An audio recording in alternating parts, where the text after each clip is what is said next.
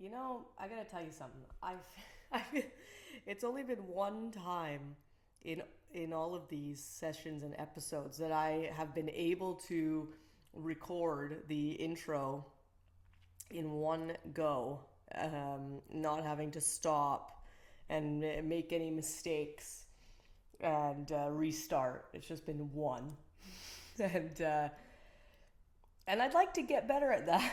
I'd like to be able to do these in one go.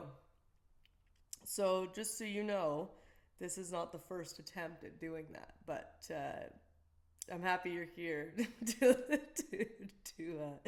entertain this. I don't even know this foolishness that we're doing here, but I I'd like to welcome you to this to this episode, and and I can tell you a bit of the story of how we got here and all of that. But since releasing the last episode that I did, that was just a solo sesh where I just talked to you, and the session that I recorded with Kendra, I have actually I've like listened back to my own episodes in hopes of learning and discovering and just seeing where, I don't know, what's changed, like what could be better, what couldn't, anything like that. And I realized that in the older episodes that I introduced the podcast by saying welcome to the Tula Community Podcast. And I realized recently I have not said hello and welcome to the Tula Community Podcast. So I'm dropping the ball on branding a little bit here. So welcome everyone to the Tula Community Podcast. So this episode takes place and was rooted in this festival that I went to this summer, which I already talked about in the last episode.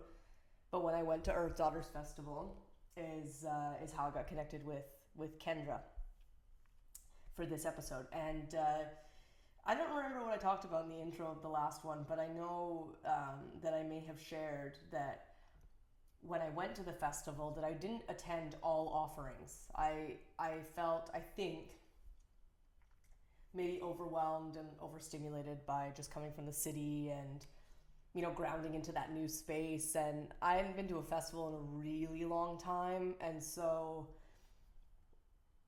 I don't know. I think that maybe there was a lot of different offerings and it was just hard to find one to attend. And I had all of these intentions and plans of what to go to, what I needed to attend, and I wanted to go there.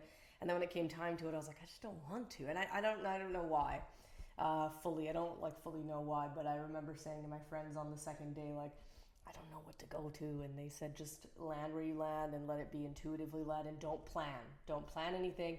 Just end up where you end up. And I said, okay, and that helped to relieve some of that pressure of, milking something for everything that's got. I just don't live like that. I just feel that if I feel the call or the need for rest, then I just sit. And that's what I did a lot of the time. I sat and I ate and we laughed and everything. It was beautiful, and I took a lot of photos, and it was exactly what it needed to be, obviously.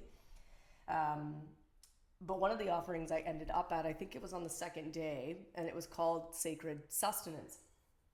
And, when you have the offering schedule at Earth Daughters, there's no bio of what everything is. There's a title, which gives you, of course, an idea of what the offering is, but there's no actual description of what you should expect or what it's going to be.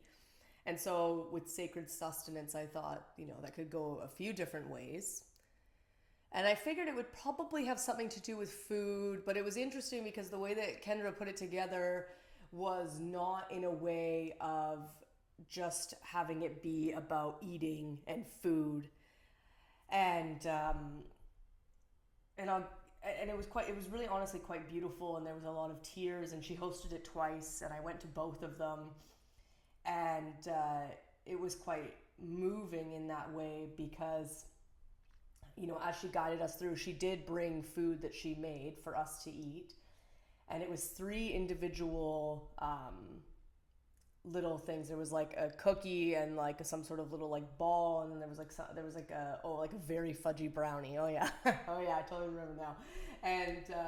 And as she's introducing us to this nourishment of the body, she's not just talking about it in the way of eating well and taking care of ourselves that way. She's also talking about how we, show up, but what we allow in, what we allow to nourish us from the connections we have, our behaviors as well. Like, what are we doing? Like, is that something that's nourishing to us to go and do something that's harmful? Is it nourishing to us to go drink? Is it nourishing for us to just sleep with whoever we find? Like, does it actually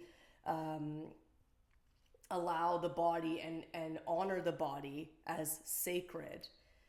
And so, there was a lot of talk of food and like eating well, but also like just what are we feeding ourselves? Completely separate from the idea of food. And I thought that was amazing. And I had a small idea that might be what would happen in this session, but I wouldn't have imagined it be the way that she hosted it and put it together. And so, as we're there, we're about halfway through, and she invites us to eat this food, but slowly, and tune into it, and don't, just like eat it and whatever, like look at it, like, break it in half, look at the detail, know that this was made for you with intention and love, and, savor it, take a tiny bite, feel into it, like all of these things. And it was really a powerful experience for people. And so on the first one, I witnessed people for sure, like I looked around, but on the second one, knowing what it was and how she was going to host it, I ended up just taking some photos of her and still attending the offering. But I witnessed a little bit more because a few of my friends that I made at the festival, I told them, I was like, you got to go to the second Sacred Sustenance. You got to go. And they went, and they were having these, moments of release. And I felt happy that I shared that with them. And so Kendra and I didn't camp very far from one another at the festival. It turns out, like, I think we realized on pretty much the very last day that we were like just down the hill from each other, basically. And there was some outdoor showers, and so twice just it so happened that we both just met in the showers, and we got to talking, of course, in them, and it's just like it's amazing. And it's funny because at this festival, like, a lot of us we're like walking around naked, or we're like topless, and we're free, and like we're dancing naked with each other, and it's like the most incredible thing.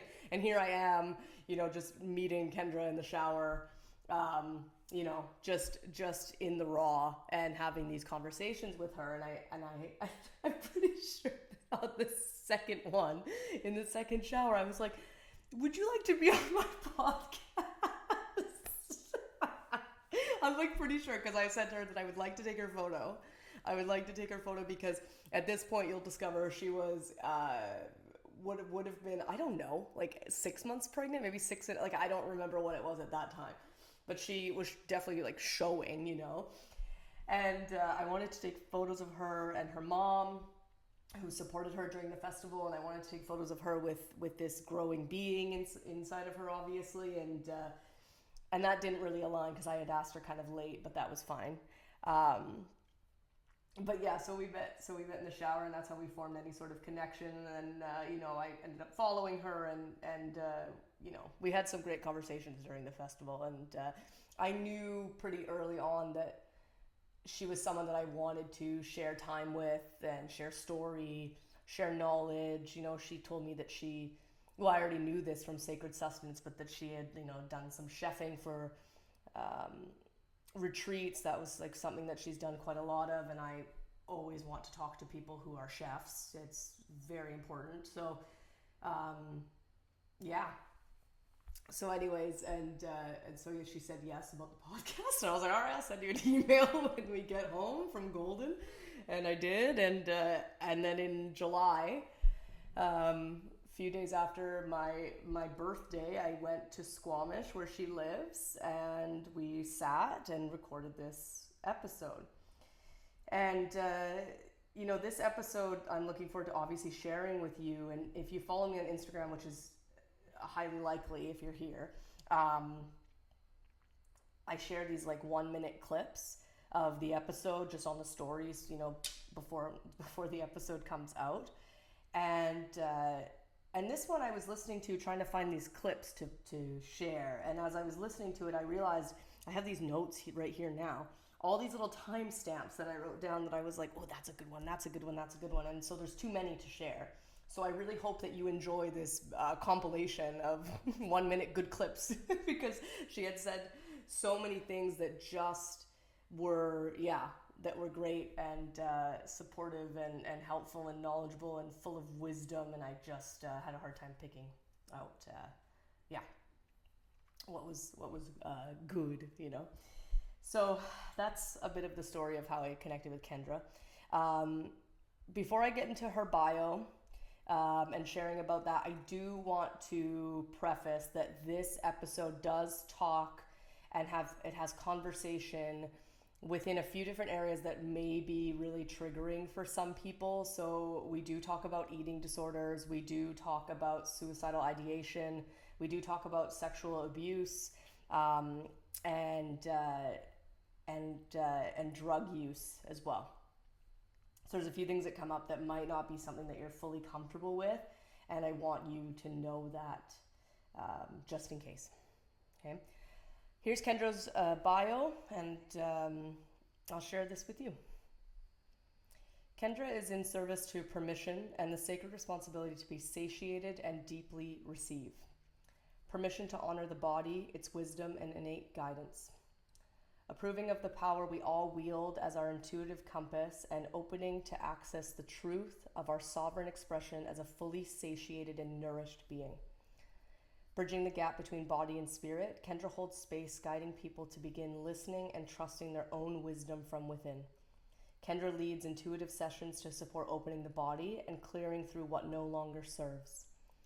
More sacred excavation than coaching session, these experiences are a space where we get to dance with the thaw of your system as we allow it to show us what is needed. It is all within you. Kendra simply holds, witnesses, and reminds you what you are capable of. Kendra holds intimate one-on-one containers called the honoring to allow the spaciousness for the body to return to deep trust, reorientating the relationship to self and the body from disconnect to deep loving connection. Alongside this work, Kendra nourishes women in many capacities, whether it be a private chef for intimate settings, for lively retreats, or workshops where we sit with the ceremony of food, embracing the tangible mirror and element that is our God-given right to receive on a cellular, soulful, energetic, and spiritual level. Kendra is currently being initiated into motherhood with her healthy baby girl, Koji, inviting a deepening in her work in a way that she couldn't have prepared for.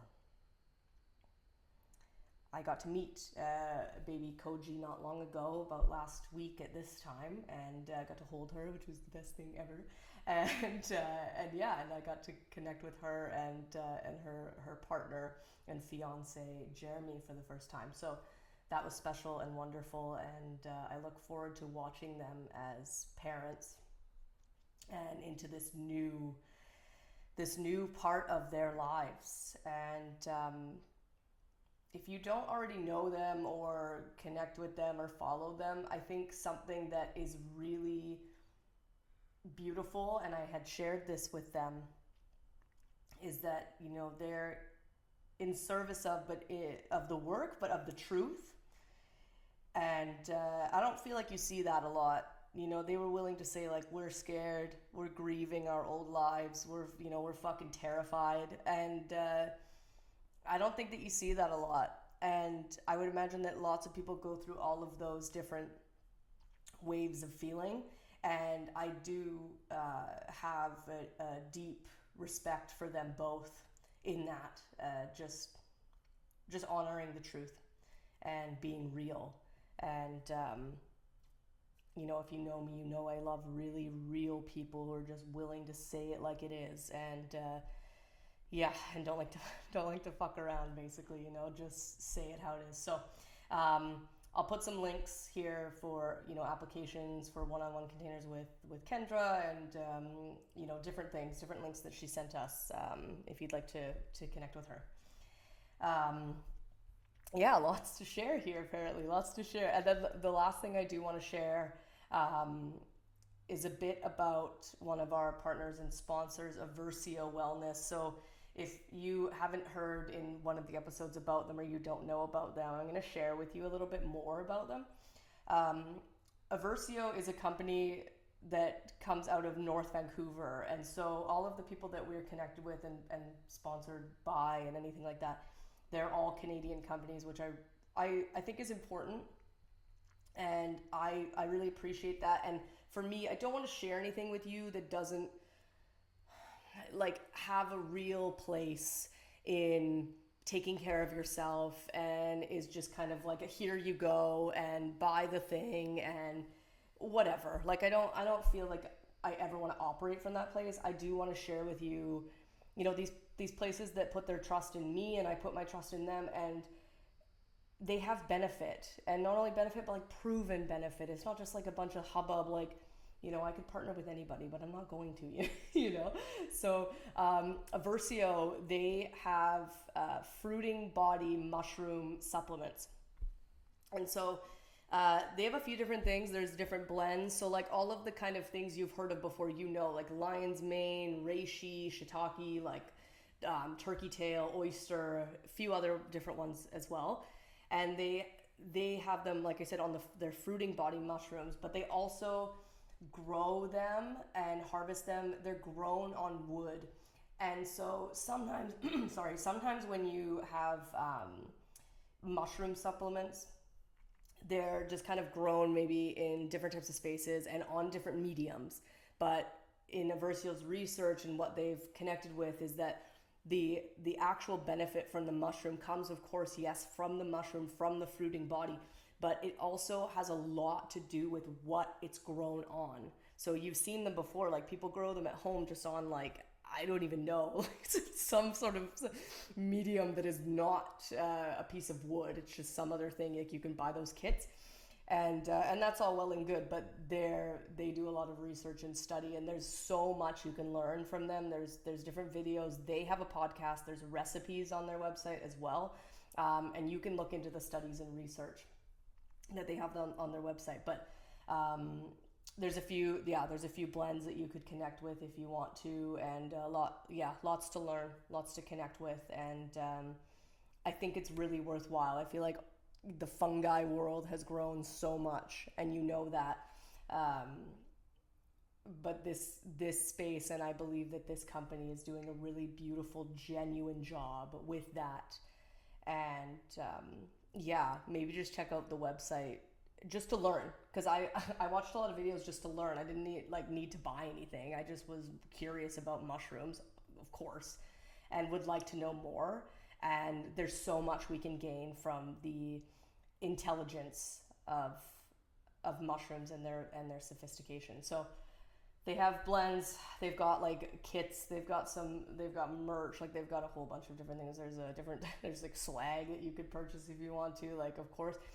My code with them is Tula15. So if you're keen on that, that's something that you can use with them, and I will obviously link the information below. Okay, that's a lot of talking from me. But I had so much to tell you. But anyways, enjoy the episode, and let me know what you think about it. I love talking with you, and I love to hear that you're listening to these episodes. What an actual dream, because you can create whatever you want to create, but that doesn't mean that people are going to be interested in or want to listen to it. So the fact that you are downloading, listening, telling me what you loved about it or what you didn't or whatever it is, thank you so much. Honestly, thank you so much. So and look at this. That was one take. Not my first take, but that was one take. So okay. Lots of love for you all, and see you later. Hello, Kendra. I'm so happy to be here with you. We've already been talking for a really long time, so here we are.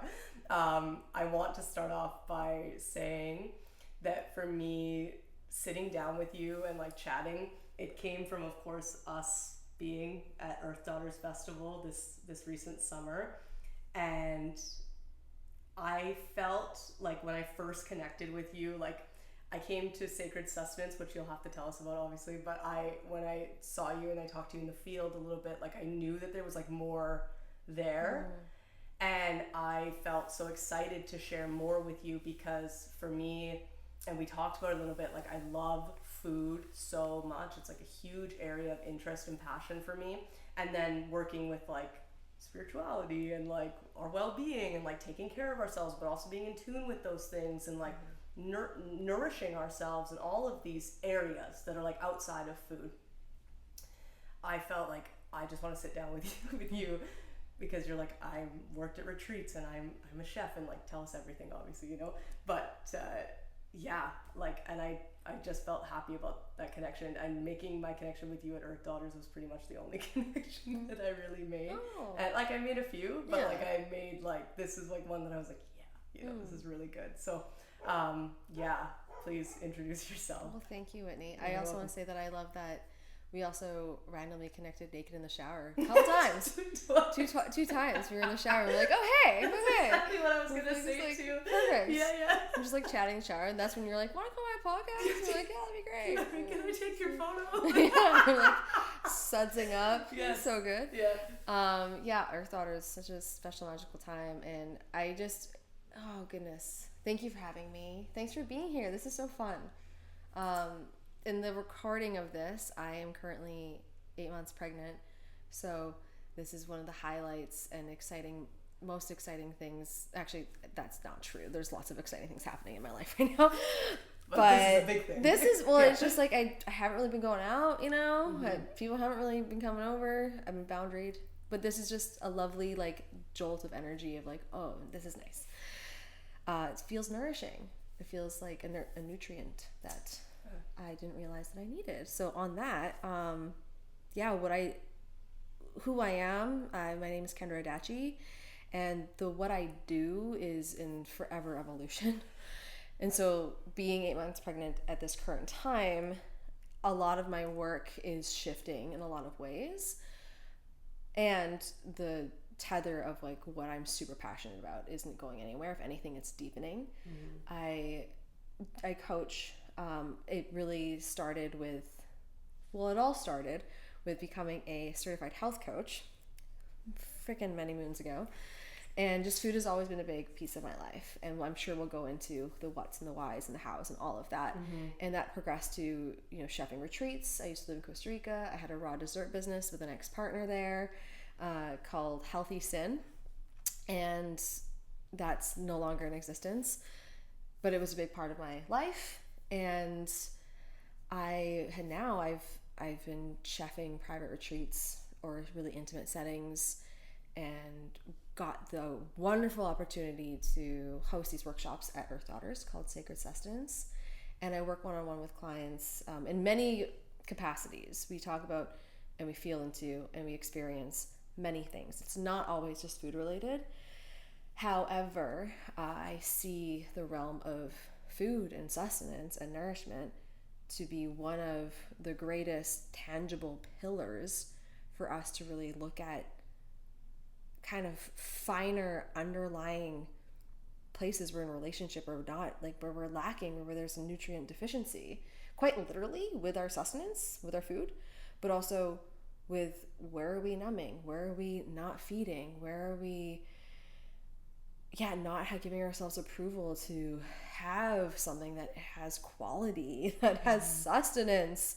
And I've always just really loved bridging the gap of spirituality and receiving and food, and in my own experience, which I'm sure we'll talk about in my own life, how it all got to this point, really watching how it can be such a mirror when we establish a right relationship with receiving quality sustenance in our food, how that trickles into all other areas of our life, whether it's relationship with our partners and the people that we interact with, friendships, what is actually what's nourishing? That's something I always ask my clients. Is like, does it nourish you? And only we get to be the ones that are super honest with ourselves, because I'm also not an advocate for restriction. I feel like experiencing all things in life is very important, and there's also a bandwidth in which we feel in our own body of like, what is reverent, what's actually really respectful for me in my body right now, whether it's food, whether it's people, whether it's, you know, trying out a substance, living your life, or what is restricting, or what is binging, what is numbing. There's so much I could say about that. So yeah, what I do right now is pausing to enter into this birth portal and into this role of new mother.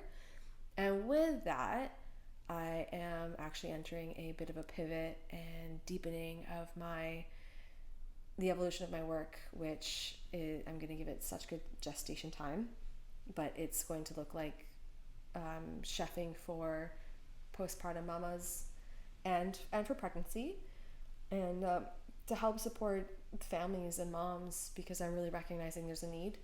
I myself personally, at this time in my life, could not find the support that has the quality. I do definitely have a high caliber of the like standard. I have a high standard so of like where I source and like my people and like my community and all that stuff.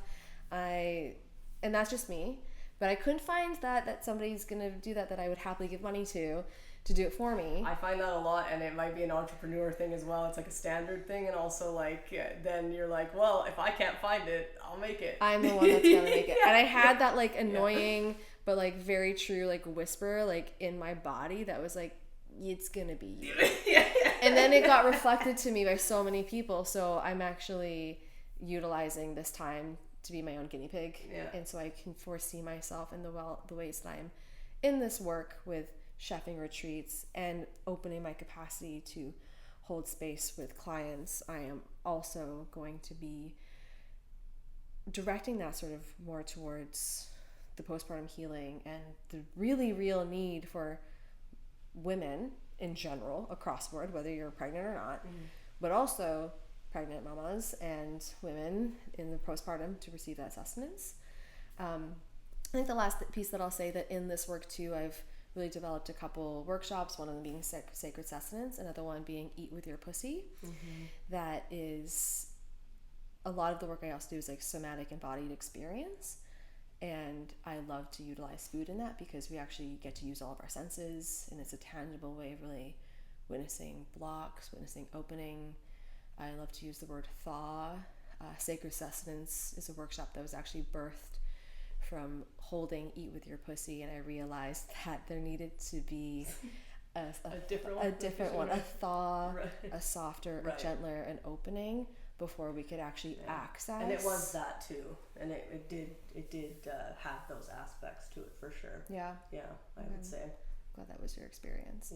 So that's a bit about who I am and what I do. It's kind of all over the place right now because I am morphing, quite literally and physically. You know, I feel like it's good when it's all over the place. I really like it. I couldn't imagine like being in one thing. Me neither. It's nice to just whatever. I don't know. I do this now. Like it coming and trusting with like, oh, this is the call. And it's funny actually. This year, if you've ever heard of like naming your year, the year that I was called to name it was called Answer the Call.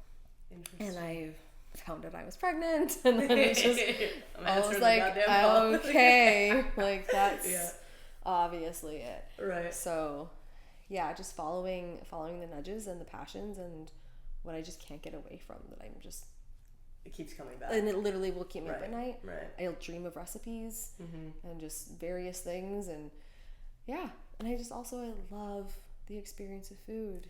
For so many reasons. Yes. And I'm sure we'll get to many of them. We all need it. And it's like magnificent when it's amazing. And for me, like, it has to be amazing, and I always want it to be incredible to have this eating experience. But like I can't yeah, I can't lower the standard there for myself ever. I'm like, no, it's got to really be like the best. Yeah. It's either that or, I feel like there can be a wiggle room depending. Like, say you've been camping or just like Yes. a full day hiking, and that honestly, like, Whatever. that like potato chip or whatever, Yeah, you're just like, this is it. Yes, must have. Must have. Yeah. But I never denied the potato chips.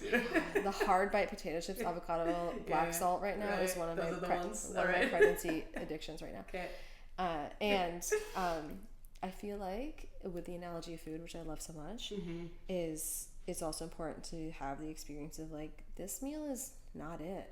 And that's also important to note in our body and to know, and like, wow, did I tolerate this? Did I choose? How did my responsibility of choosing this? And also, the state that we're in when we consume anything, whether it's super high quality, across the board, ticks all the boxes, green smoothie, all that stuff. It's something that I think is primary and foundational to all of it, and which is something that I'm really passionate about teaching and speaking to, is it's actually the state in which we're in our body and our openness to it. So I had an experience with orthorexia, which, if you don't know, is an eating disorder like where you're obsessed with clean eating to the point that like I had zero social life. I just was like riddled with like gripping and anxiety in my body. Like everything was gripped. My digestion was super off. My mental capacity, so my mental health, of course, was super skewed. I was like, it was like I was so fearful of experiencing life, and that was reflecting in my food. And I would eat all the green smoothies, and like on paper, this looks great, and yet it was one of the more harmful things I could do to myself. So it's not always also the food, even though yes, I still have a high standard of quality. But it's not always the food, it's the way we are opening to receive and approach and be with life itself that I feel like is really important. Yeah, and I remember when I went to the first Sacred Sustenance, because I went to both.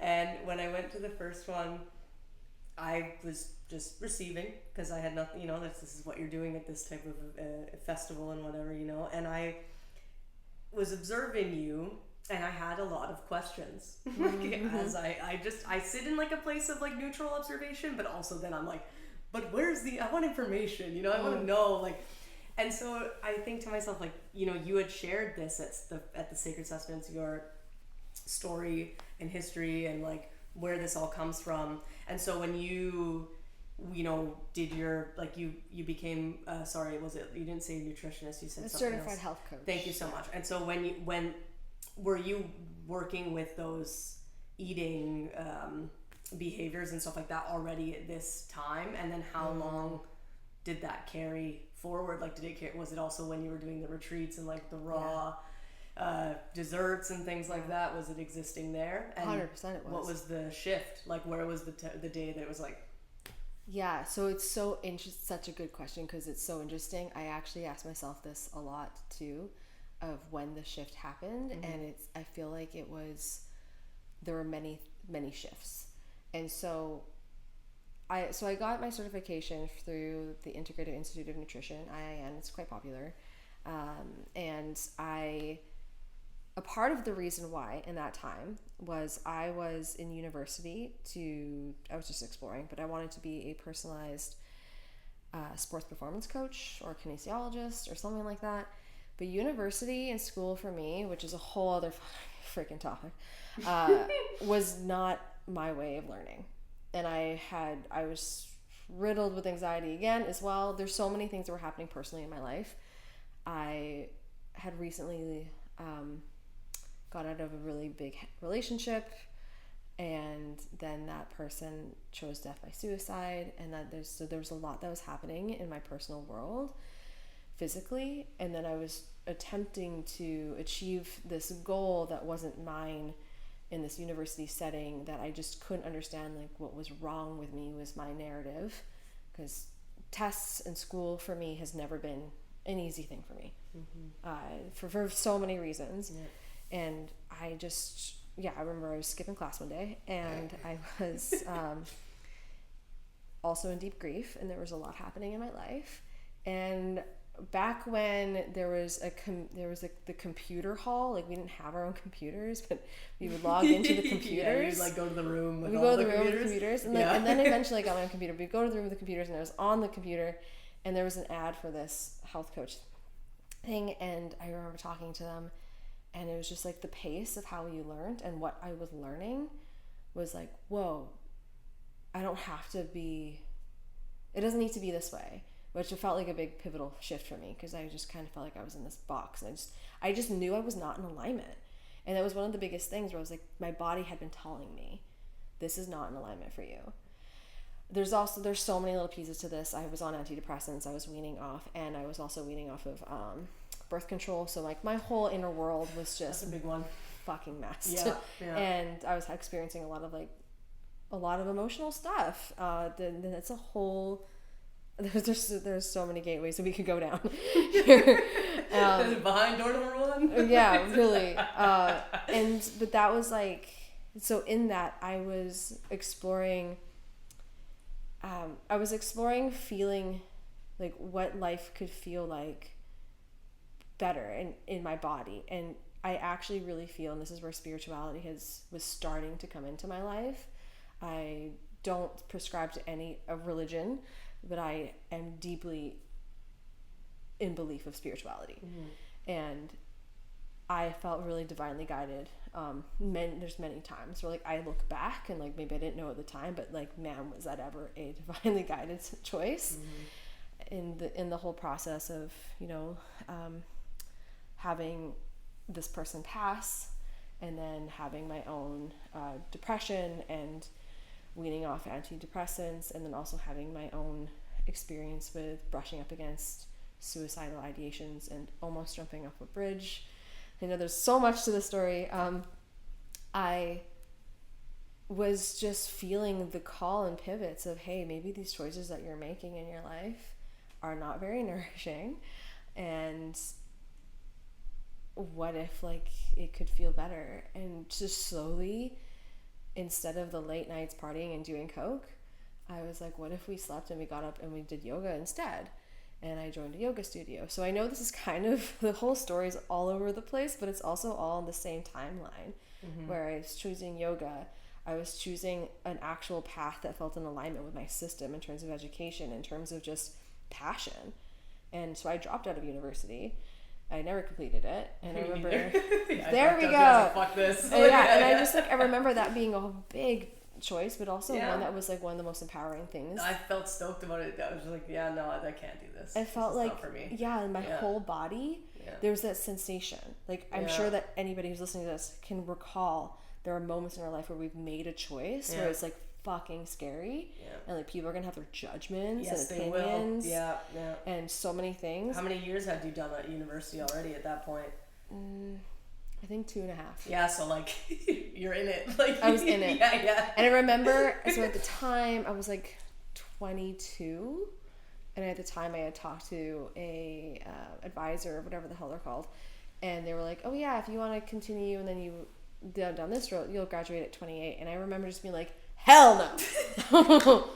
I'm not gonna be in school for like whatever 5 more years, whatever the heck it was, 7. Maths 6.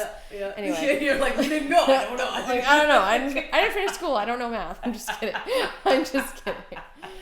Oh my goodness. And so that pivotal moment of like making that choice, like though there was gonna be all of this external noise and opinion, I knew like, and when I made the choice, there's like a shift in my system that energized, that felt so loving and nourishing, and just like this, like, wow, this opening, this expansiveness is like, oh, we made the right choice, undeniably so. And I feel like that was one of the first moments where I was like, I chose this for myself, and I followed, like, this was actually the pivot turn I needed for my health, for my mental health. And the cascade effect of, like, if I look back, if I didn't, like, sliding doors, if I didn't make that choice, holy crap, I have no idea, obviously. but there's a multiverse out there where maybe where there's a Kendra that stayed in university, and who knows if she's even still around, to be honest. Yeah. And so I did my health coaching, and I got really passionate about healing, and not just with food, but also with just spirituality and holistic ways of being, and immersing more. And I've always been called to nature, but immersing more in nature, and just a whole lifestyle change, a whole lifestyle shift. Like not sitting in a classroom with neon lights and being tested by a GPA, which who the heck looks at a GPA? Anyway, whole other conversation. Right. And instead was like, wow, I love what it feels like, as scary as it is, to listen to what is this passionate call of mine. And then as I started making changes, it was hard because my whole friend group was changing. Well, it changed because I was actually quite lonely for a bit. I remember being quite lonely for a bit because my usual friend group was just like party, cocaine, lots of drinking. And then I didn't have that, and I didn't really have a friend group. But then the real people, the real alignment, as like I changed, they started showing up, and I was also going to different places where I could call that in, like the yoga studio. And I started working at a vitamin store called the Vitamin Farm. Shout out. Oh my gosh, I love you all so much. And I was also working at Nourish, which shout out no longer exists. But Nourish, like what type? Which like the studio?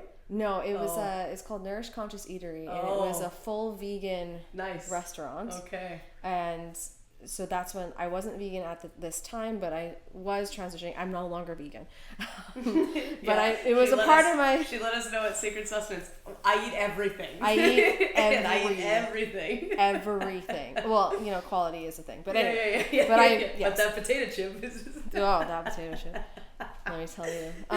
But yeah, I just like that environment, and I met beautiful people that were just also exploring, and just like, wow, there's a whole other way of living. And long story short, in that, while that was like a door opener and it was lovely, as life goes, there's like, for me, I've experienced like pendulum swings, where it was just like all the way to one side, where it was like party hardcore, and then it was like all the way to the one side, and that's where like the orthorexia started to come in. And it's interesting when I feel into how did that start in my life.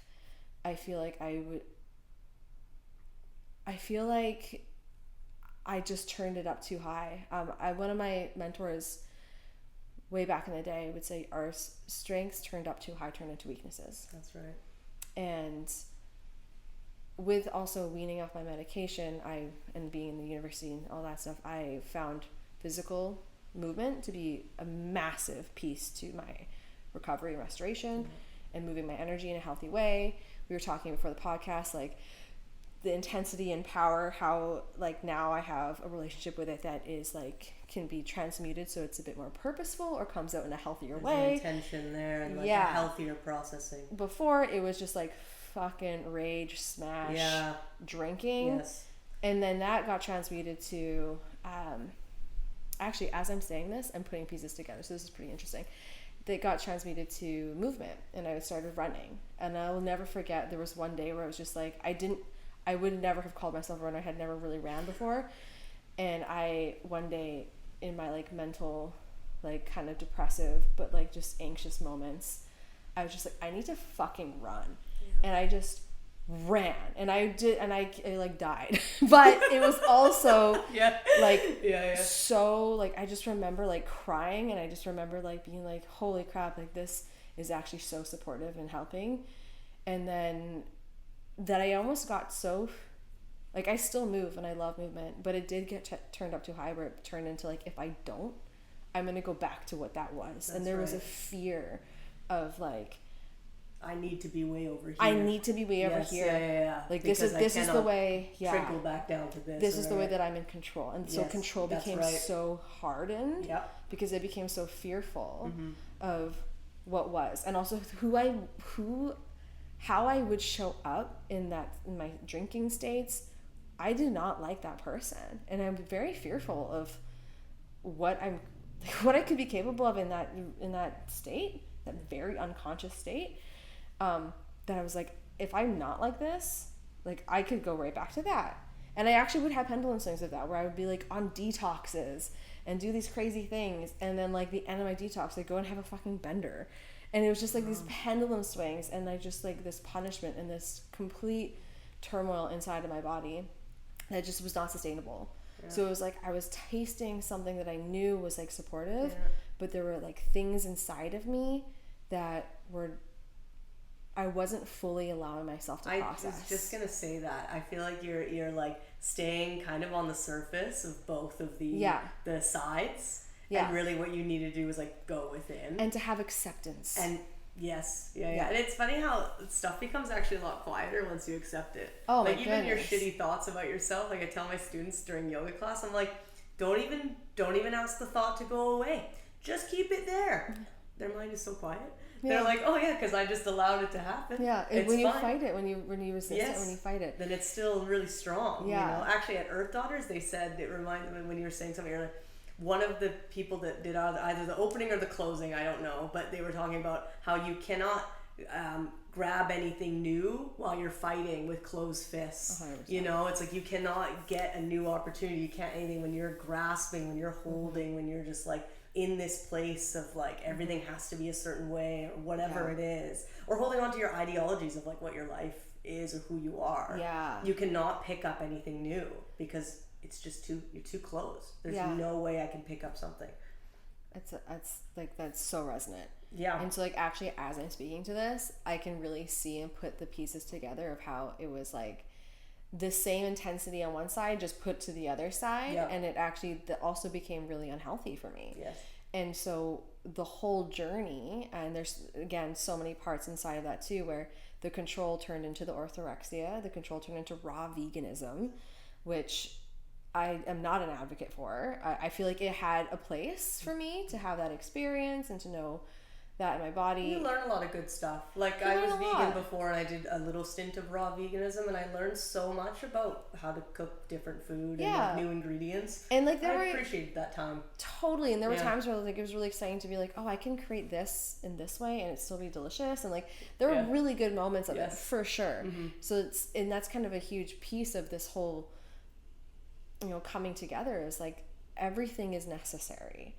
And so in this evolution as well, there was a part with, and I'm really passionate about, and one of the things I do with my clients as well is really returning to like the acceptance and reverence of our body, especially as women. And men I know have their journey as well, but I'm a woman, so I know that's what we're working with, what we can speak to. Yes. And that's a whole other conversation, but it's a big piece to my story because my relationship to my body was the tumultuous one where I was I had thought that I got acceptance if I was looking a certain way, because I grew up, I was bullied, and that's a whole big piece, and I felt that I was receiving attention and love, especially when I started developing, got breasts, my figure was becoming womanly, and I was like, oh, this is how I'm accepted, and used and abused that, became very promiscuous. So that's like a big piece of the story too. It's all over the place. That's a big piece of the story. But so it's always been on the back burner of me, of just like when I was growing up and in my teens and in my 20s, and this whole time was just not just the energetics and the alcohol and all of that, but it was like my body is not necessarily mine. It gets me this. It gets me approval. It gets me this, and this very huge disconnect. And so being in the journey of, you know, the highs of like detox was like, oh, if I'm smaller, like people really notice and they talk about it. They really point it out. Like it's just so in our culture. It's massive because it's like, it's everywhere. We already know it. I don't even need to speak to it. It's like, you know, oh, you look skinny, or you look smaller. I noticed that you're small. You're this way, that way. That's good. You look good. You want to. All of those things. We already know. We know how massive that is. And it's not helpful. No. And it's not helpful because, you know, for some people, I just want to acknowledge, like, there are, like, smaller bodies that just, they are. And, like, I'm a short person. I'm a smaller-ish body. And like that is just, that's somebody's, you know, that's their gorgeous body in this life. And there's also bigger bodies and like curvier bodies, and it doesn't matter. But for me, in my journey and what I experienced was just like the highlighting was always reinforcing to me of just whatever I'm doing that's like morphing my body. And I was like actually quite ill if I think about it, mentally and just like physically. Of just, I had, my period went away for 9 years, and I was under this mental idea of like, oh, this is good. If I don't have my period, that means I've lost that amount of weight for that to be okay. Wow. And I'm very grateful to be 8 months pregnant now, and like, No, that's my first thought. I was like, and look at her now. and there's just Yeah. there's so much intertwined of just like when I talk about sacred sustenance as well. So I'm just gonna bring that in to tie all of this together. Yeah. Is there were many moments back in, I would get waves of the spiritual aspect of like, we came here with senses on this earth that gives us food in so many ways, and elements and ways to actually thrive. Why am I in my journey? Why was I really not allowing myself to thrive? I was literally starving myself so that I could be accepted in some way that I have now really worked through in my own mentorship and in my own spiritual work and in my own work with my teachers and all of this stuff, to actually receive. And I was really seeing how I wasn't letting myself receive in life in general. I would literally run away, like literally turn around and run away from a relationship, or I'd hop on a plane and I'd literally run away, just like not let myself have like what could love be, or if anything felt a little bit hard or crunchy, numb it in some way, whether I still had an interesting relationship with alcohol, whether it be that, or whether it be numbing through like detox, like literally fasting from a place, not from intention. Fasts have their time. I'm not saying don't do them, but I'm also saying we all can be really honest with ourselves of why are we doing this? That's right.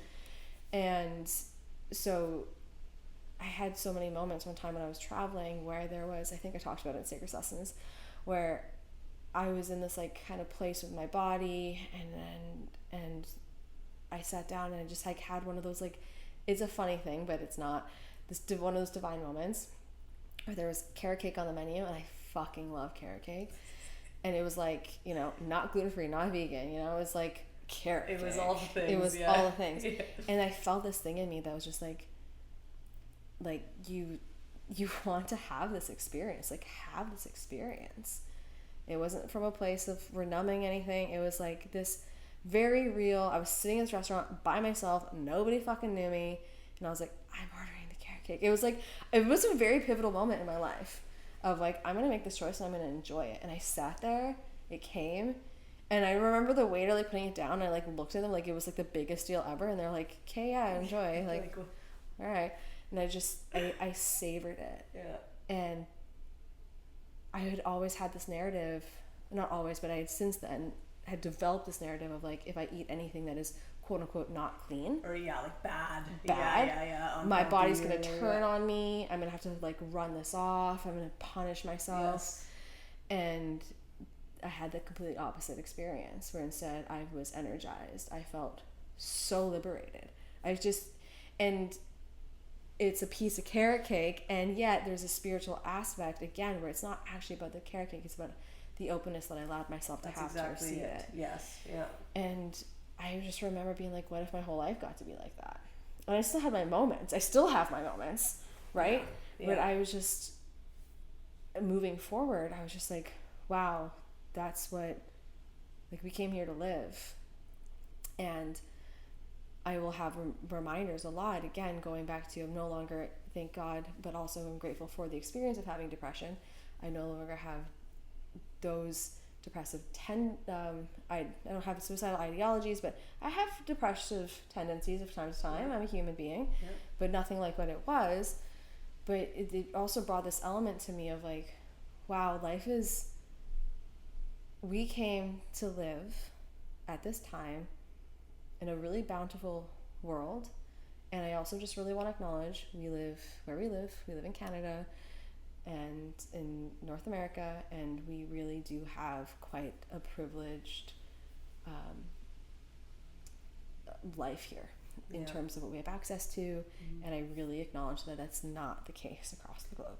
So that leads me to, there's a responsibility that I have come to really uncover in my journey of, wow, I'm actually not helping if I'm in this starving state. I'm actually not helping. People are worried for me. People are actually like giving their generous resources to me to support me, which is, I'm grateful. Fuck, am I ever grateful for that. And I'm also trusting of that needed to happen.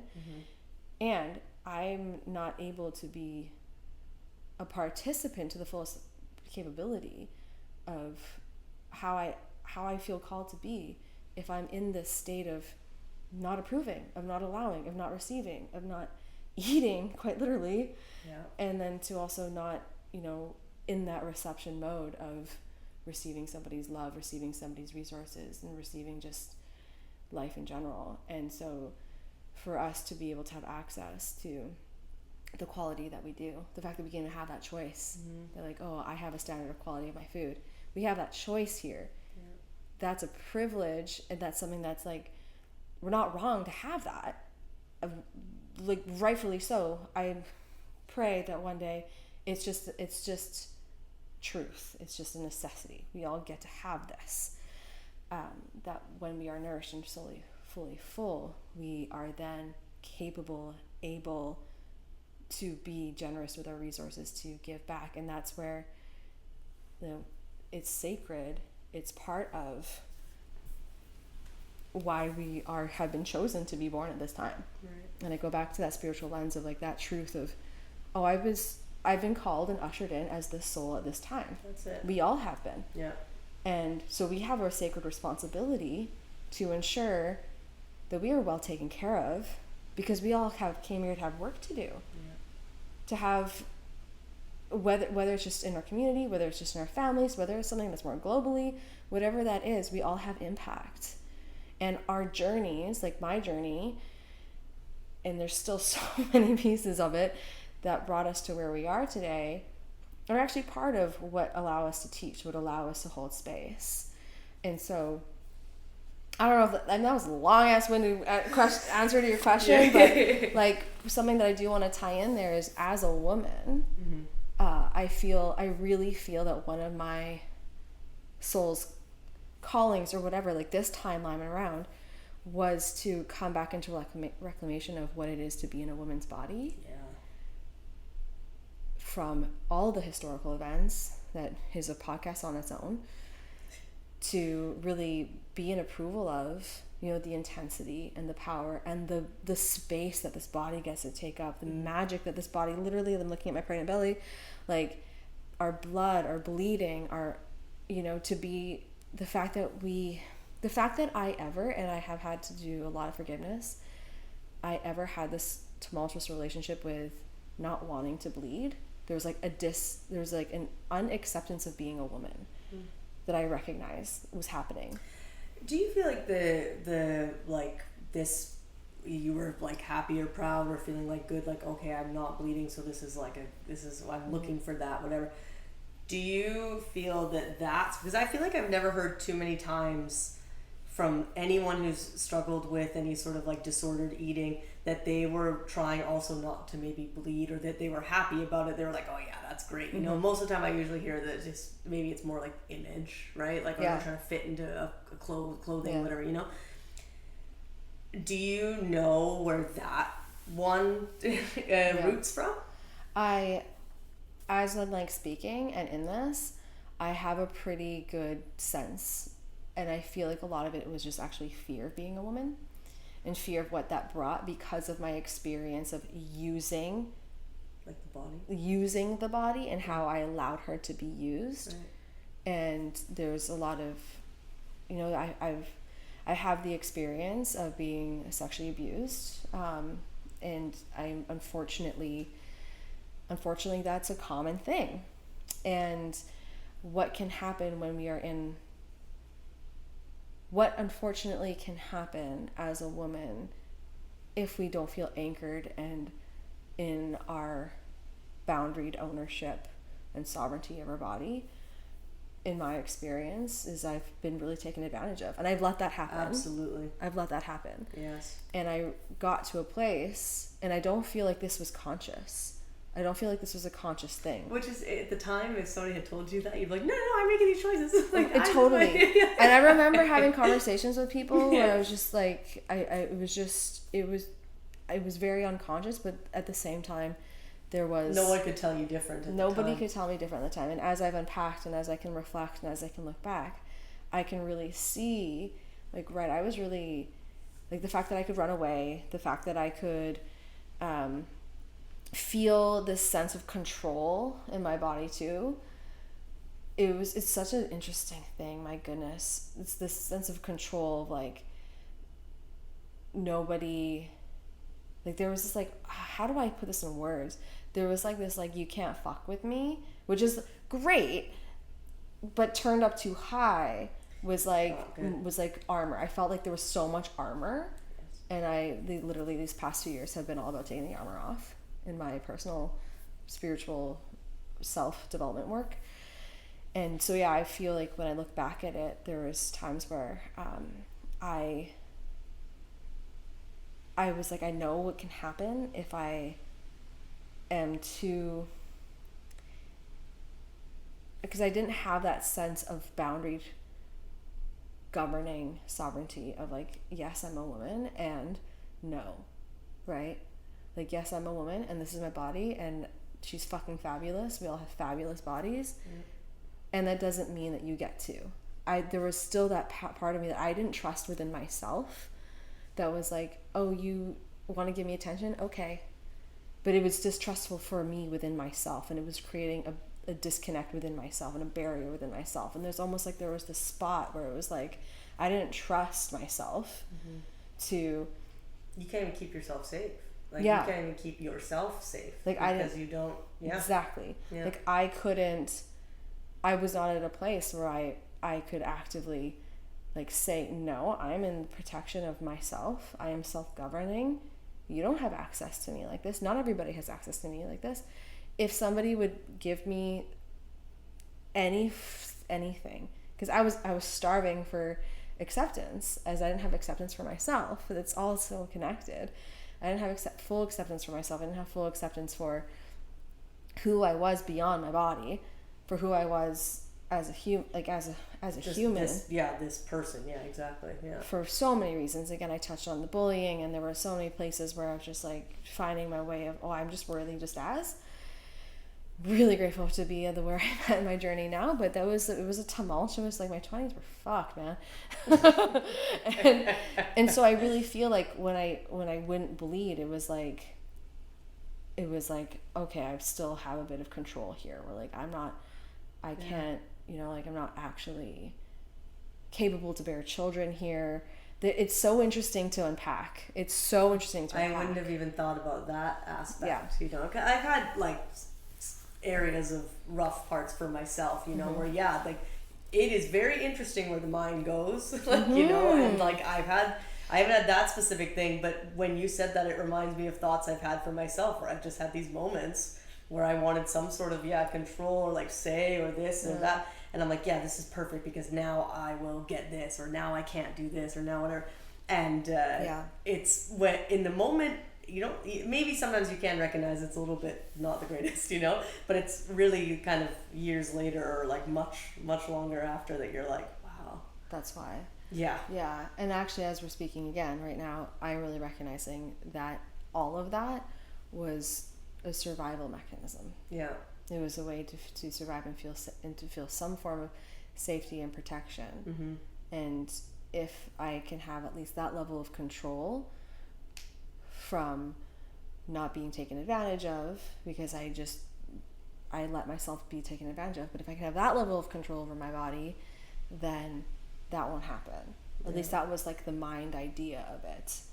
And so I just want to, again, bring this forward to, there was a lack of safety that I felt within myself. There was a lack of safety and trust that I had within my body because of the crazy pendulum swings and not honoring her. And I can reflect back to my body speaking to me on several occasions to eat the meat, to really just make better. And I've had like, oh wow, I can make these choices. Like, chose the yoga over the cocaine. Like, I've done it.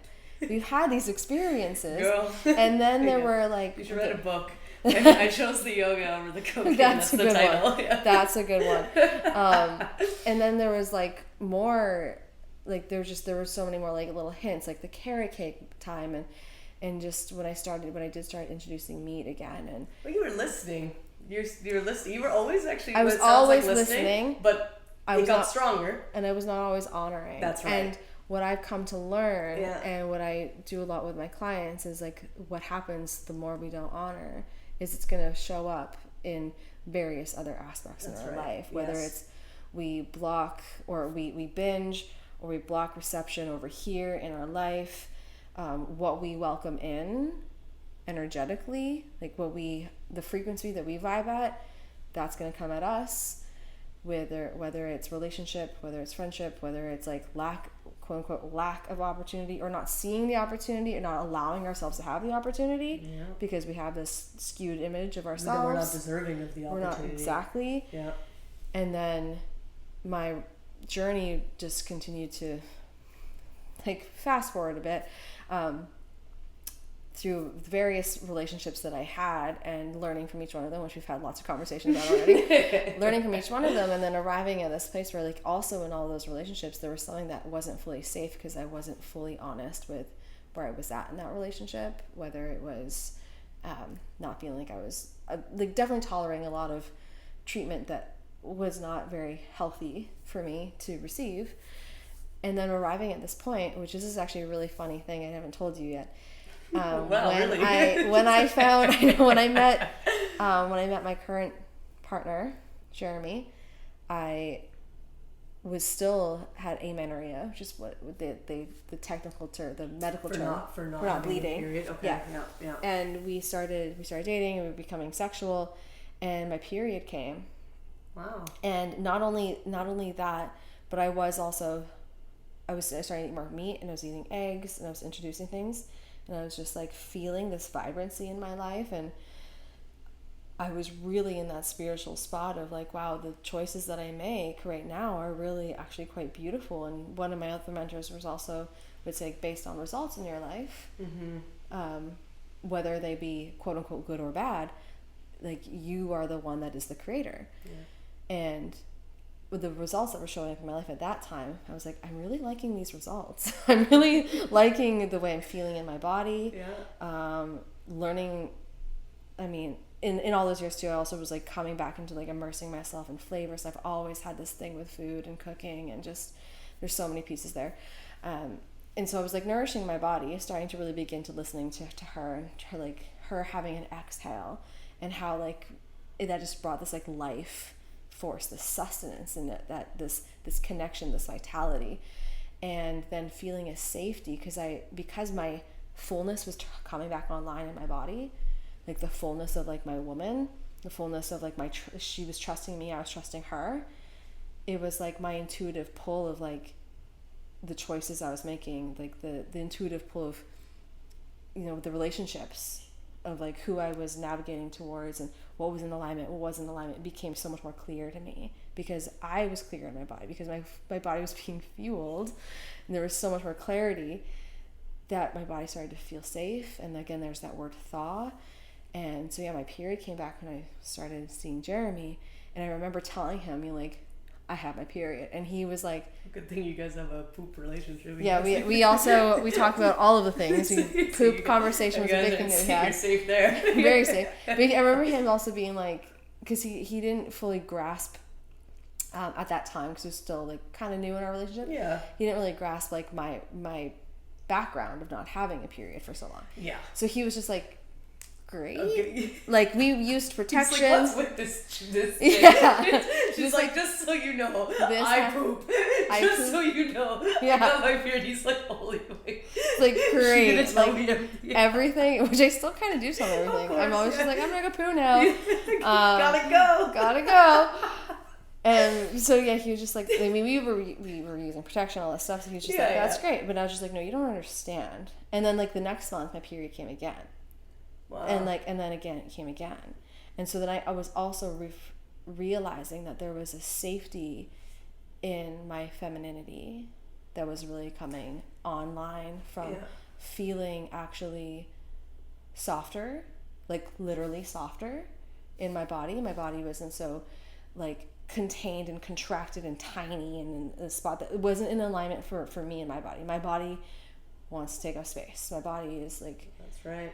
is likes to be fuller, and that's just her natural, quite like her delicious state. Yeah. And I started to feel safer because with the choices I was making, especially when it came to sexual partners. And that was a whole thing for me too, with being promiscuous and like allowing anybody to get up in here. Yeah. And then having boundaries and like really feeling and navigating what's nourishing, which is another, again, a whole piece to all of it. Very reflective to my relationship with food, and then opening and feeling safe with the food and feeling safe with receiving that nourishment, and then feeling safe with like, wow, I really trust this choice I'm making with this human. I feel really safe with this human. Yeah. My body was feeling safe with me. Then yeah, my bleed fully came back, and now I'm pregnant. and there's so many elements of just like the honoring and the ownership of that journey of returning to feeling safe and being a woman. And also I just want to name the culture of just the grind and the hustle and all of that, which I had so much ingrained in me too, and I'm still on Like to work like hard. to work and to like yeah, also achieve fit and- and to also fit into this like Yeah. ideal of acceptance of body and acceptance of just image, Yeah. which was a piece that like, oh, if I'm that, I'm accepted because that's what was being told to me. And then Especially when you're in those areas, like if you're someone who's the one that's cooking this healthy food, you also are now going to want to identify with the things that come. It's like the way the yoga teachers is like there's a lot of body image issues with the yoga teachers in the same way, because it's like, oh, well, we must be fit, we must be this way, we must be that way. You know, it's like comes along with the territory. It's like, yeah, and there's a piece to it too where it's like I'm also like I'm not an advocate for obesity. I'm an advocate for healthy. I'm an advocate healthy for is most important. and like and for I love feeling strong. Like I work out and I love doing my weights. I love hiking and I love all of that. And it's just again always going to be the question is like, does it nourish you though? Like, is this coming from a place of is it coming from a place of punishment, from a place of I did something wrong, so I have to do it this way? Or is it coming from a place of actual reverence? Is it coming from a place of like, this is because I love my fucking body and I love my life and I love the fact that I get to be strong so I can be capable to be an active participant in this life and the work that I'm here to do is the soul's calling. So I get to like do this for years and years and years and having this reverent relationship with Well, and the same way that we talked about the allowing of whatever it is, like not grasping on anything's too much, whatever, even the allowing with food, because I've struggled with some food areas as well. Like I have been very restricting before, and I used to like count calories, and I was like at one point vegan, and at one point I used to like vomit after meals and like all these things, you know. And like for me now, still have some things, but not too much, you know. But like I feel like I always allow myself to just have whatever I also want. And then if it's something that's maybe we call the not great foods or the bad foods, there's so much, like, you don't even like do it as bad when you don't shame yourself. Yeah, like, exactly. You know, like I don't care. Like I eat like all these bad things weekly. I don't care. Like I just was like, yeah, I want to have a donut. But if I was really like shaming about it, exactly I would eat 6. Because duh. Totally. You know? Isn't And that so, and I interesting? see Yes. that a lot in people, and I don't care, like, everybody is where they are on the path, but I talk to people and women all the time, and they're like, oh, like, you're gonna have that? And I'm like, yeah. They're like, Yeah. how can you have that? I'm like, I just do it. I don't know, I eat this. This is what I want to eat. I just Yeah. eat this, you know? I feel like that's so important. Yes.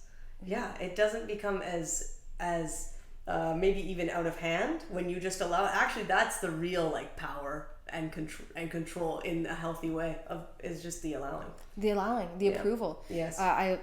Part of sacred sustenance is like it's having an unapologetic appetite. That's right. And that's where it's like we have an appetite. Yeah. And honoring that appetite. Yeah. And honoring the experience of that. And it's not just appetite for food, which it fully is, but it's also an appetite to like have a life. Yes. To experience life. Yeah. Not restrict yourself in any area. In any area. That's right. And also learning from it. Like again, this is not about, and I'm just gonna go back to like the kind of pendulum swing of the binge drinking and all of that. And if anybody that's listening, you know, you enjoy alcohol, wonderful. Yeah, That's, do whatever. That's Yeah, great. yeah, of course. I rarely, especially right now, I do not drink at all because I'm pregnant. Just so you know. That's my choice. Yeah. That's my choice. And it's so rare that I do drink, but when I still do, like if there's a nice glass of red wine and there's an experience that's happening, of course. Hells yeah. I feel like this is different. And that's just it. It's The intentional, relationship too is different. It's also the mirror of how I was like all one way or all the other. That's it's right. like everything.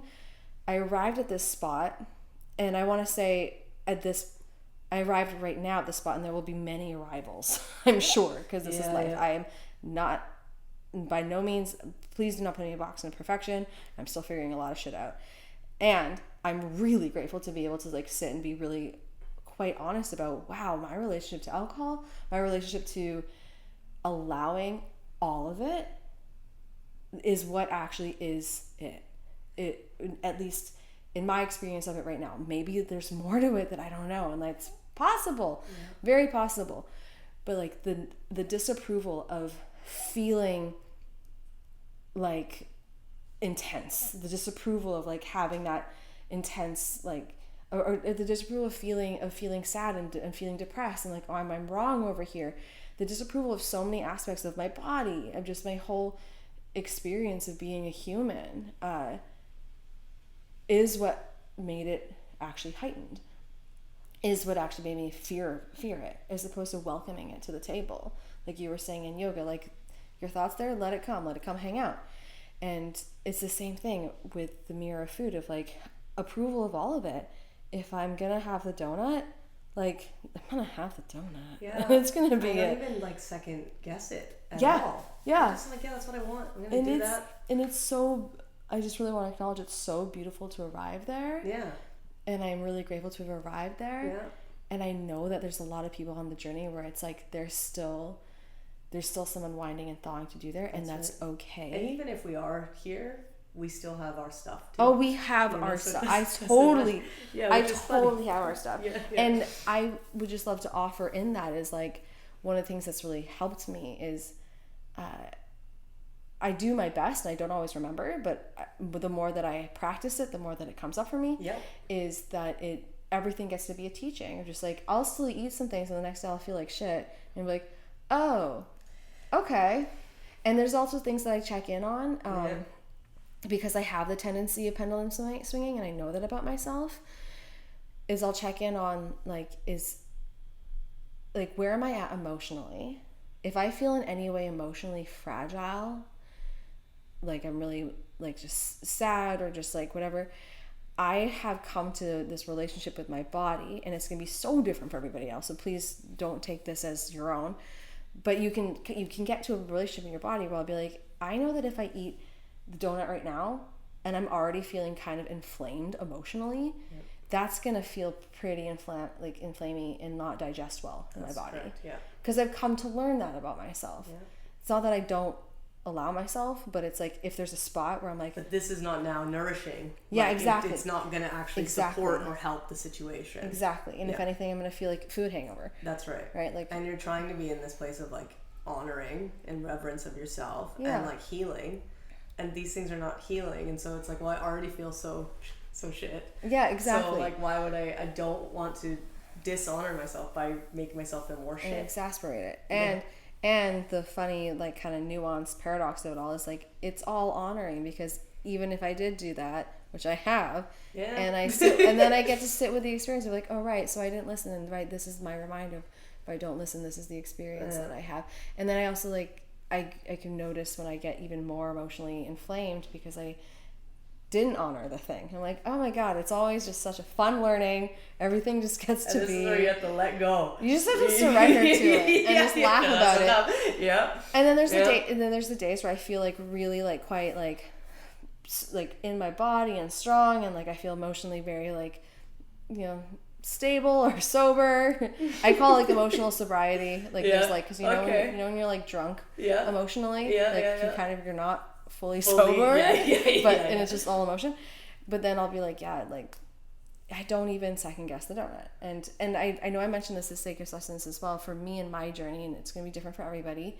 One of the healthiest things for me on my journey was to eat the donut. Yes. Right? That's it. And it was to have that approval, like that was the carrot cake for me too, right? And so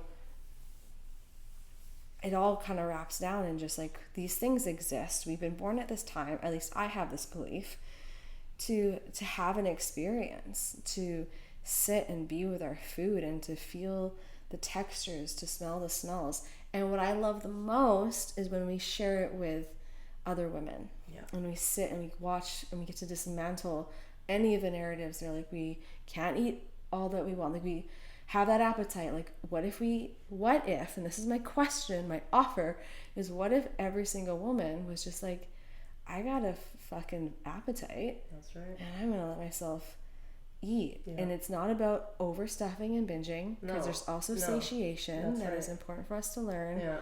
And just as reverent as honoring the appetite. But like, how full would we be? How like ready, and like that energy gets to alchemize into the energy output of what we're here to create in the world. Yeah. I also appreciate that you had said in Sacred Sustenance that sometimes you're also not hungry.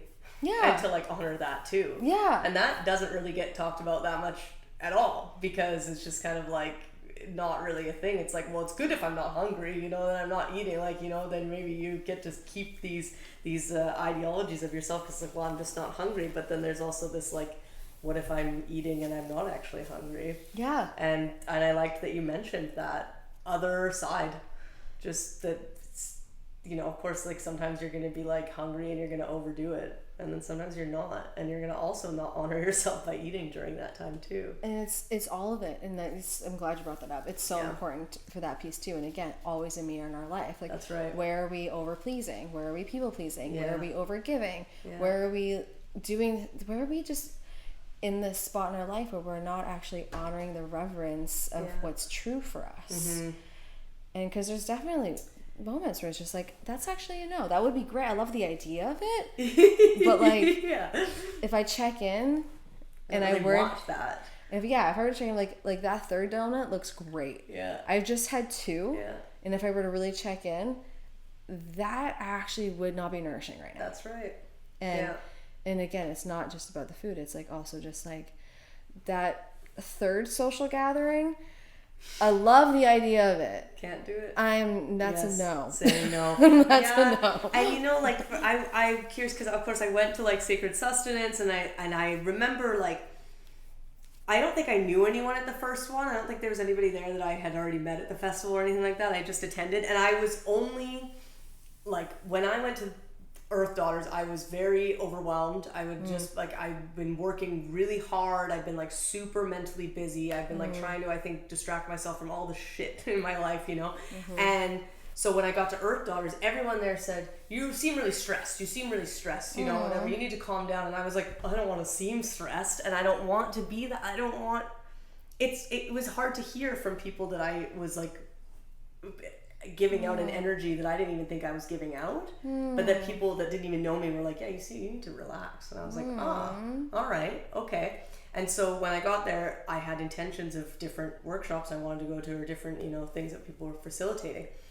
And within like day one, because I was so like just too much whatever, I was like, I don't fucking know what I want to go to. Like, I have no idea. Like, I was looking at the schedule and I was like, I circled some things and I was like, and I decided I'm not even going to look at. My friend said, don't even look at it anymore. Yeah. Just end up where you end up. I love that. Okay, all right. And so I did that for the rest of the festival. And of course I ended up at the first Sacred Sustenance without trying, the second one with trying, obviously, And I didn't know anyone. And I just sat in this place of like, just again, observation. And I was just noticing everyone. I was noticing you. And just like the depth of it in and of itself was that, yes, of course, spanning much further than food. It was spanning into everything. It was spanning into like any sort of sustenance, all of your things in your life, how you feel about yourself. And many of the women were emotional, like lots of them were having releases, and it was fantastic. Like it was beautiful. And I was like, wow, this is a great workshop. And so just witnessing that and observing that, whatever, and something that I appreciated, I had actually heard of this before, is just like the slowing down. I don't know when I heard of this, but I remember when you instructed us to like just be really conscious, be really present with this food that you made for us, and to observe it and to like slowly have it, and just that specialness that was like created in that. And for me, loving food, I felt so stoked to be there because I was like, oh, she made this food, she's a chef, whatever. And I was like, okay, and I got to examine this whatever you prepared for us on like a almost microscopic level. Like you're really looking into it and connecting with it, and so I went. That's when I went back to anybody that I connected with at the festival and told them that they have to go to the second one. And then people were there that I knew at the second one, and it was the same thing. And now I'm looking at these people that I know, and they're crying. And one of them is telling me, that she has such a bad relationship with her body, and she hates her body, and she's telling me this now after, like a day later, and she finally took her top off at the very end of it all. Amazing. And she's like, this is big for me, this is a big deal. And then she had, disclosed with me that she had been like sexually abused as a child, that she like doesn't have a good relationship with her body, all this stuff, Kendra, and I was like, man, this is why Sacred Sustenance was like so well-rounded in so many areas, and like connected all the dots to these things. And it really was, I think, quite pivotal for like a good amount of the women there. And it was what I witnessed, and I feel like it was a little bit of an aspect there, because I don't think she had cried that whole weekend. She didn't really have that type of release, Yeah. And so that was my experience, just like coming into it. And I'd be curious to know more about is it Eat With Your Pussy? Is that what it's called? Okay, so I'd be curious to know more about that, because I feel like we got this maybe entry level into that, and then there's more. There's more. Yeah, there's more. There's more. There's more. Yeah, Thank you for sharing that with me, first of all. And I feel like with all of this, I know I've shared a lot about my own story, but this is where I'm at now currently. Yeah. Is really witnessing the need and the multifaceted layers and the depth of, like, it's not just about the food, but it's what thaws underneath, and how it really brings an invitation of where do I, and like expression is a big piece to it. Well, because somebody said, I don't really have stuff with food, and I said, you should still go. You know what I mean? I was like, still go. And that, I was like, it's not just about the food, whatever. But initially it sounds like that, right? Like totally. And so but I was reflected that quite a bit, where it's just like, wow, I don't really have stuff with food, but I'm glad I came, because it really brought this other thing up for me. And because it's not just about food, it's also about where are we not feeling fully in approval of expressing our voice, our body, our creativity.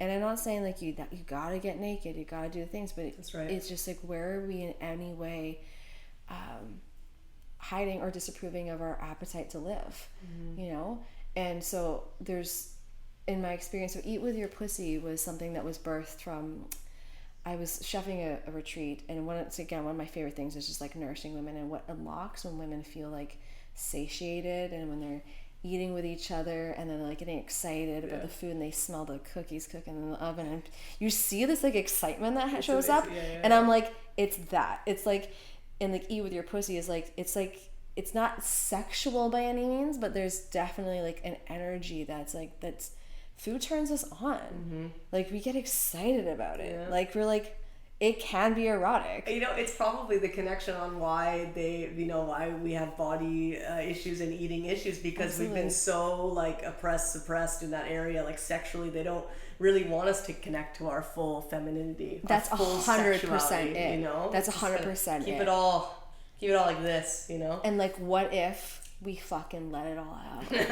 And that's where like get scary. that's where you with your pussy comes in. That's right. And it was just like, because I had experiences where like I held this. It was birthed at this retreat that I was doing, where I was just like with the women, and I usually give like a little talk and a prayer before we dive in. And there's always dessert. I love dessert. There's always dessert. Me too. And it just came out of my mouth. I was just like, I want you to eat this with your pussy. Yeah. And it just was like, I don't know, one of those divine moments. And those of you listening, I don't actually mean the literal act of putting food up your vulva and vagina. Disclaimer. Like, you're not doing that. No. But it's the energy of breathing in, opening, quite literally like breathing into your labias. That's right. And feeling that, like, wow, this smells like so, like it's doing something. We've all had that. We're like, fuck, the smell of fresh brownies. Like, we've all had that. And it's just like, what if we really leaned into that? We really allowed that to expand.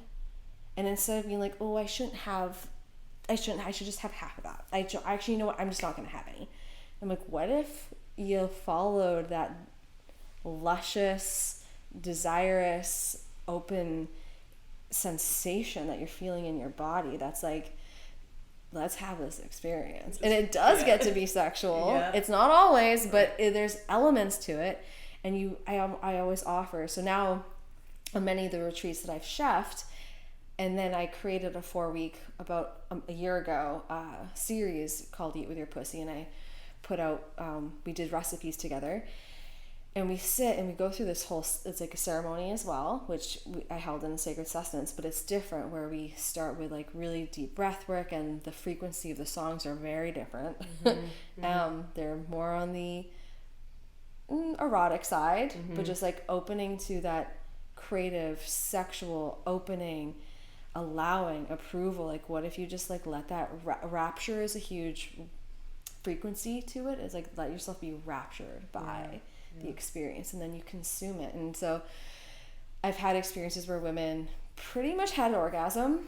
I've had experiences where women afterwards like just had a time with their partner. And then I've had experiences with women where it was too much too soon. Yeah. And that's where Sacred Sustenance was born. Yeah. Where it was like, we were eating a cookie. We created cookies, and unfortunately this was online because it was kind of COVID-ish times, and there was women from other places in the world. But I create the recipe you are to make by yourself, and it's a whole ceremony in itself. You play a playlist, you make it, you sit and you're with it, and then we come together on call.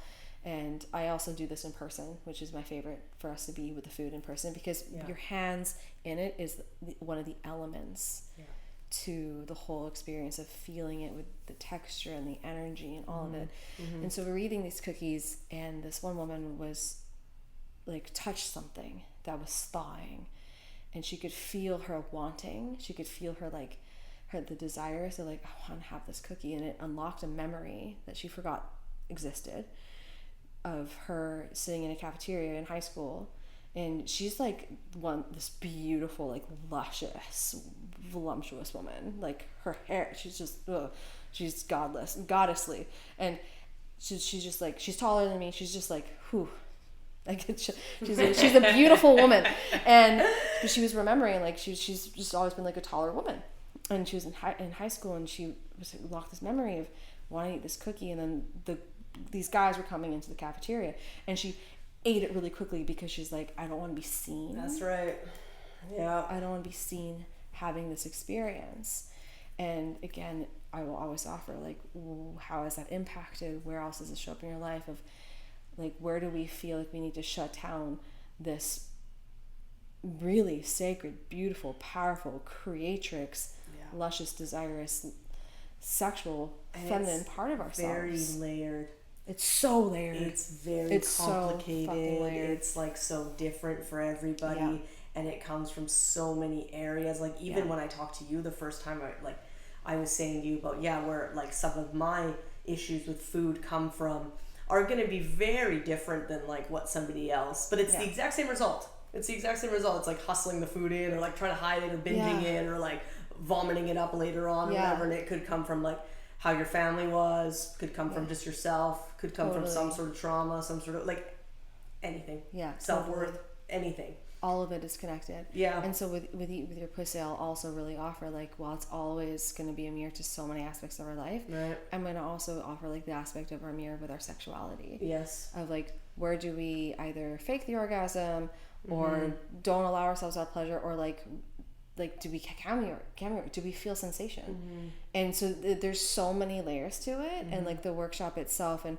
there's a lot of digestion, there's a lot of integration, and then there's like, so that's where like sacred sessions like opening, and there's like kind of like there's an energetic softening, opening, folding dynamic that when we're ready to go in there, it's like a woman, it's like we need 40 plus minutes to allow ourselves to get fully open and luscious and engorged and ready. Right. And so again, the goal, there's no goal here, but it is the invitation to really open to receive the fullness of like, wow, I can feel this much sensation and allow myself to have this much sensation, whether it's pleasure or not, or it's just like the vastness of how big we get to experience a moment. And like, again, food being just like that tangible, like we get to taste it, we get to smell it, we get to feel it enter our body, we get to like really be with how it's digesting in that time.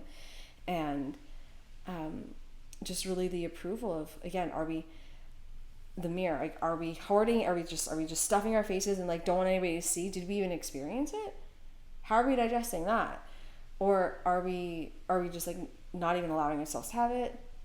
Are we having too much of it? Or are we like really with the moment? And again, it's a mirror to like presence. Are we really with the moment? Are we really with allowing ourselves to take our time to enjoy it, to like, it's totally an approval, unapologetic, like I'm gonna let it get messy, I'm gonna let it be what it needs to be, and I'm gonna pause when I need to pause and breathe, and like there's no rush, witnessing where there's urgency, and where else do we have urgency in our life. And I have found in this practice with my own self with food of like, this really gets to be an energetic practice that's going to show up in other places. If I'm pausing and I'm noticing an urgency to rush through my food, why? Is there actually urgency, or is that a somatic response? So there's a lot of somatic invitation here of what are we thawing? Right. So, and then I haven't gone there yet with Eat With Your Pussy, but I have visions of where we also get to go with that. Whether it be, we do invite some erotic fun play. Maybe Earth Daughters 2025. I have visions. There's a cookbook that wants to birth. Good. That's gonna have lots of elements of invitations with the recipes where it's like you would eat this while you are being rope tied in shibari with your partner. Nice. And you can only there was one recipe that was like it was like brownies with boundaries or something, where you're just like you make the whole thing and you're not allowed to share it. Okay. You're not eating the whole thing right there. You eat as much as you want, but like your people are gonna want to come in, like your partners, and they'll smell the brownies and like ooh, and you actually have to practice being like, no, these are actually just mine. Yeah. And then there's the ones where like you do share, of course, and you like feed your partner, or you can eat as much as you want, but you can't use your hands. So like somebody has to feed you. Yes. It's lots of fun stuff. Okay, really good. Yeah. Love it. Yeah. There's layers. Of course, stuff comes up as you like start to go into the work. Yeah, and I just want to say like this part right here too, because I also want to know that we're getting really at time, hey? No, I don't even know. Yeah, we're but like this part is one of the things that I absolutely also really love is there's always this piece in a woman that I inevitably almost always get to see at some point when I'm chefing retreat or when I'm hosting workshop, or I'm in like just the capacity of holding, and like there's the food element, and there's like this arousal, there's like this remembrance, there's like this excitement, there's this playful like ooh, like, and I'm like her, her, more of her, like she's there, and she's loud, that's right, and it's like she's creative, and she's like, when you're around when this woman that's just like ooh, like it's magnetic. But you hosting this or doing this type of work might be the first time that person or woman has felt even that permission to let that out, like to remember that that's even there. Yeah. Especially around food. That could have been like a restriction for 40 years, 50 years, 60 years, you know? And so like then it comes out and you know, it's there. You're and like, there she is. There's and you're like still like there. she's always been there. That's right. She's always and she's so like she's just, and they're remembering, they're like, whoa.